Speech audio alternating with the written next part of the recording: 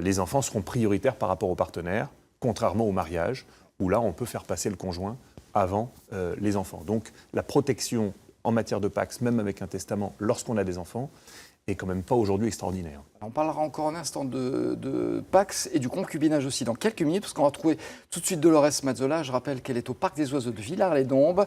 Et Dolores nous avait promis qu'on allait voir des oiseaux. On en voit quelques-uns. Alors ceux-là, ils sont blancs et gris, mais je crois qu'elle a avec elle un oiseau plein de couleurs. Dolores, n'est-il point ? Alors tout à fait Alain, ceux-là derrière moi ils sont blancs et gris, c'est des pélicans, mais on en a déjà vu des oiseaux déjà dans cette première volière spectaculaire.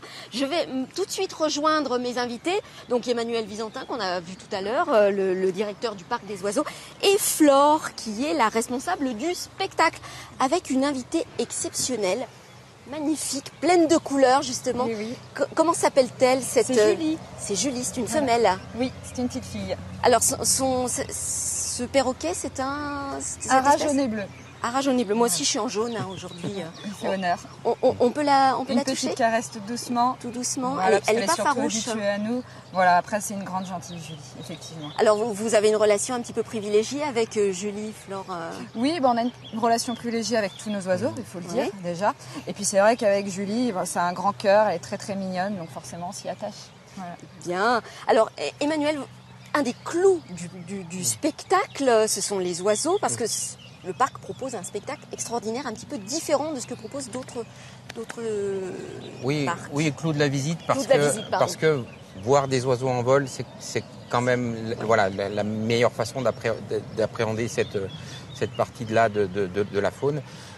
Et puis au Parc des Oiseaux, excusez-moi, on a voulu faire un spectacle original qui ressemble au Parc des Oiseaux, qui emprunte ses valeurs les plus essentielles.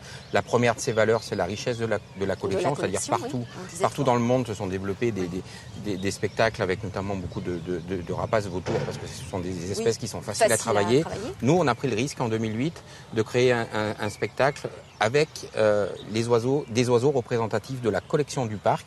Donc il y a à cette époque-là une vingtaine d'espèces qui n'avaient jamais été utilisées dans des spectacles à travers le monde, qui ont été mis en scène. Avec certaines espèces, on n'a pas réussi. Et puis avec d'autres, on a créé ce qu'on considère aujourd'hui comme le plus beau spectacle en vol du monde. Alors ça se passe là-bas, dans l'amphithéâtre qui est de l'autre côté de la retenue d'eau. Voilà, ça se passe là-bas, tous les jours à 15h30. Et puis en fonction de la fréquentation qu'on a, on rajoute jusqu'à 4 spectacles par jour. Alors elle mange une petite pomme là, Julie. Oui. C'est fascinant cet oiseau.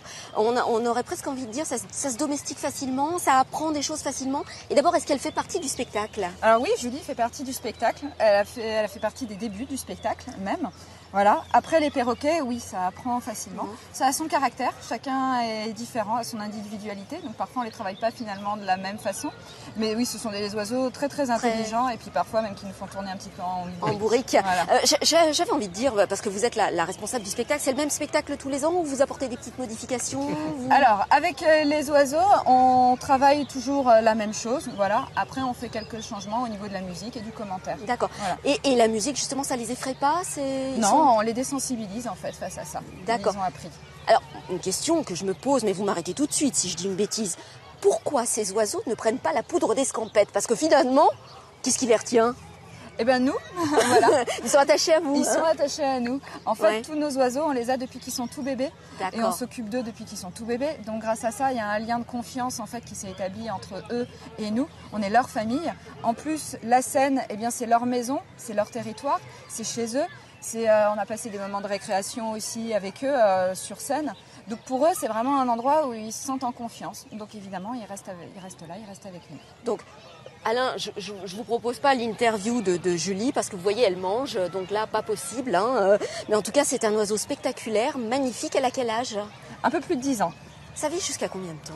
Alors, un perroquet en captivité, 60-80 ans. Donc, elle est encore toute jeune. Voilà. Elle est encore toute jeune. Voilà. Très bien.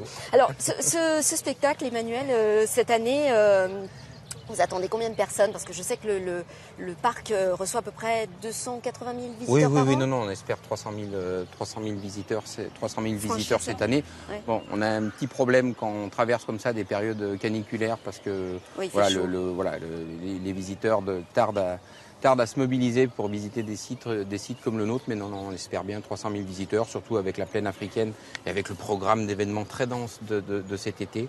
Voilà. Alors, on va en parler justement dans la suite de l'émission, Alain, de cette plaine africaine qui est une des surprises que réserve le Parc des Oiseaux aux visiteurs cette année. On se rejoint tout à l'heure sur place et on dit au revoir à Julie. Ouais. Au revoir ma cocotte. Il ne faut pas l'appeler comme ça, elle se vexer.